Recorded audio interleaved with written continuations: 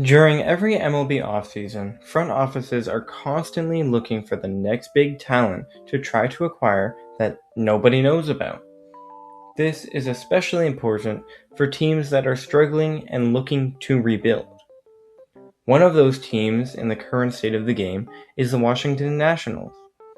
And they signed a pitcher in the offseason who is having a very nice year so far in 2026. And nobody is really talking about him. And that's Foster Griffin.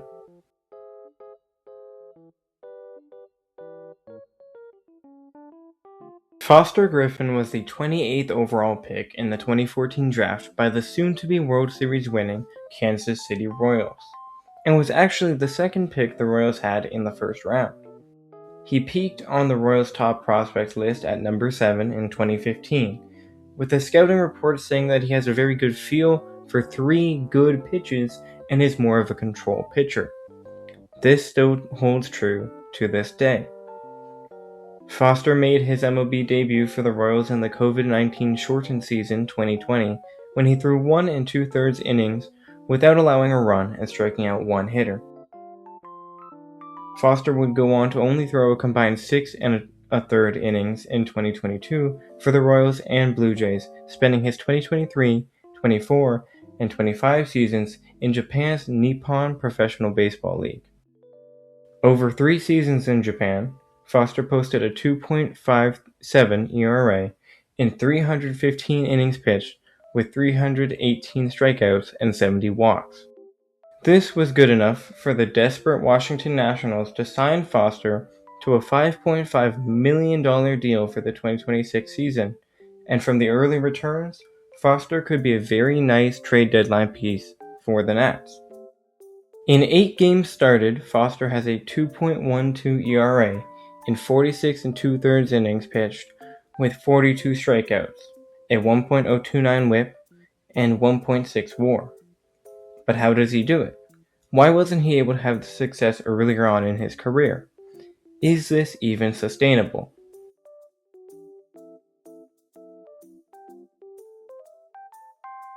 Foster Griffin isn't your typical major league pitcher in the current day. No big velo, no crazy breaking or off-speed movement. He is what announcers would say is a kitchen sink kind of guy. Foster has 7 distinct pitches. So when you're up to bat, his goal is to keep you on your toes and guessing. He will throw the kitchen sink at you if he has to.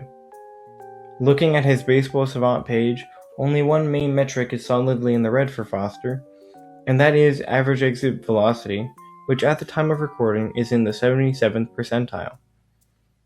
On the other hand, the 2 things that are extremely below average or in the blue are average fastball velocity and barrel rate. Foster, like I said before, is no flamethrower, averaging 91.2 on his heater, which is extremely uncommon in the modern era of baseball. There are 40 other qualified pitchers in the MLB that rank in the 9th percentile or lower in average fastball velocity, and 10 of those pitchers are starters. In my opinion, if you are good enough at locating your pitches, velocity is not a make or break factor in a pitcher. Does it help to have when you're not on your A game? Absolutely. But if you're able to locate day in and day out with as many pitches as Foster has, it shouldn't be a huge issue. What does worry me is a high barrel rate. Barrels are hard-hit balls on optimal launch angles. These are expected to have a high recipe for success for a hitter as they are optimally struck. Does that mean Foster is getting lucky with his results so far? StatCast seems to think so. But there have been successful pitchers who have also had this issue. So let's compare and contrast, shall we? When I look at Foster Griffin's style of pitching, his StatCast metric, and various pitches, one pitcher in the modern day crosses my mind, and that's Christopher Michael Bassitt. The Bassitt Hound is well known for his expansive pitch mix and isn't known for velocity, which is because he lacks velocity. Much like Foster Griffin, when you look at Bassitt's best year in 2021, his fastball velocity was below average, and his average exit velocity was above average. The difference between Bassitt's best year and what Foster is doing right now is the barrels and hard hit percentage. You'll notice that Bassitt was very good at limiting hard contact and was much better than Griffin is doing so currently. But Griffin is currently marginally better at getting whips, chase, and strikeouts than Bassitt was. I wonder if the fact that Griffin is a lefty and his ability to get more strikeouts will make him able to be successful, like Bassitt, making up for some harder hit balls. Now we have to be realistic here. Foster Griffin will not have a sub-3 ERA forever. That's not the success I think he can have. I think he can have a 2023 Chris Bassitt year at his peak, a 3.6 ERA, maybe close to 200 innings pitched, maybe a little less, who knows.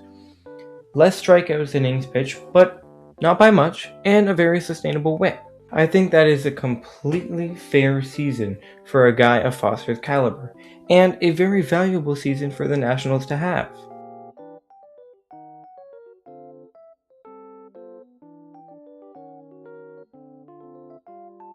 So those are my thoughts on Foster Griffin so far in the 2026 season. I truly hope he continues to find success in the MLB. There will always be some questioning and worry about his lack of velo or high barrel rate, but everyone loves to see a player defy the odds. Hopefully making this video doesn't jinx my man. Sorry if it does, Mr. Griffin.